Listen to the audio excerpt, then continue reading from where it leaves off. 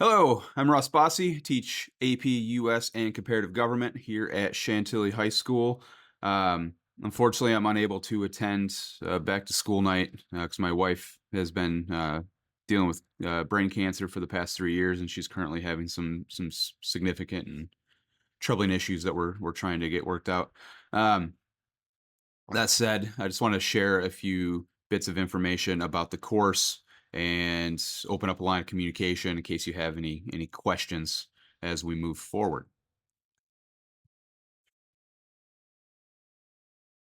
So first, a little bit about myself. I've been teaching for 20 years. I teach DE United States History and AP US and Comparative Government.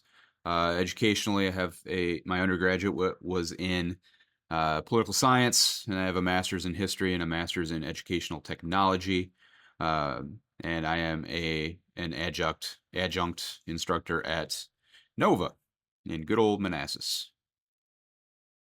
All right, a little bit about the course. As far as the curriculum goes, this is AP US Government and Politics and AP Comparative Government and Politics. So it's technically two courses for the first semester, where we focus on US government, and then comparative for the second semester.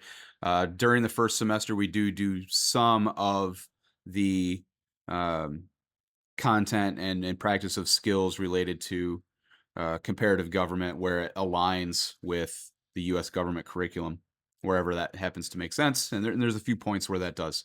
There are two AP exams for the course, so be aware of that.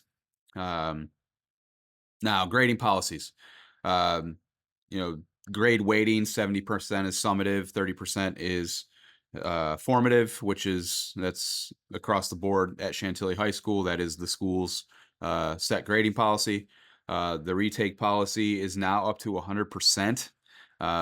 So there's some details on being eligible for that, like making sure all work is done uh, up to the point of the unit summative assessment. But I will go over that with students, and they'll be well aware of what the guidelines are there. It's never really been an issue. All right. Again, if you have any questions about that, feel free to reach out.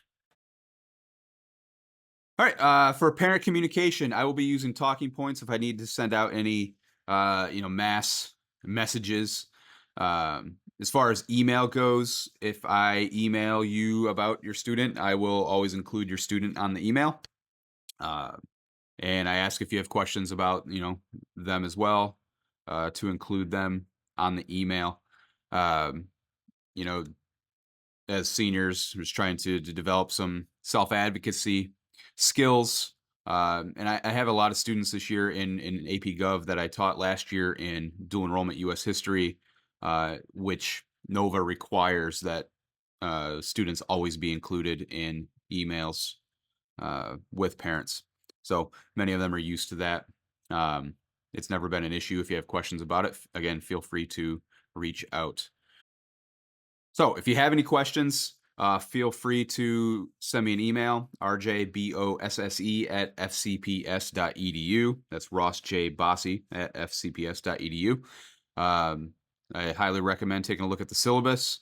It is on Schoology in the red folder that is labeled course materials. That's where you'll find it. It's the standard Chantilly rubric, but you'll see grading policies and all of the information you will find relevant. So with that, I will let you go. Thanks for listening. And again, if you have any questions, feel free to reach out.